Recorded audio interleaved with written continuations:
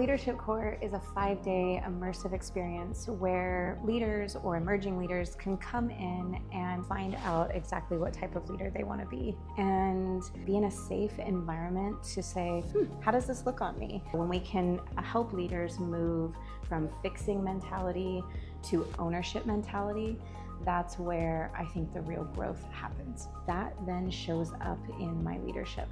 The team then sees the confidence, the trust, the awareness, and then can turn around and model some of that same behavior. This is a place for you to practice becoming more aware and trusting yourself in a different way to then go back to your real world leadership life and be able to have tactical, tangible things to be able to combat difficult situations.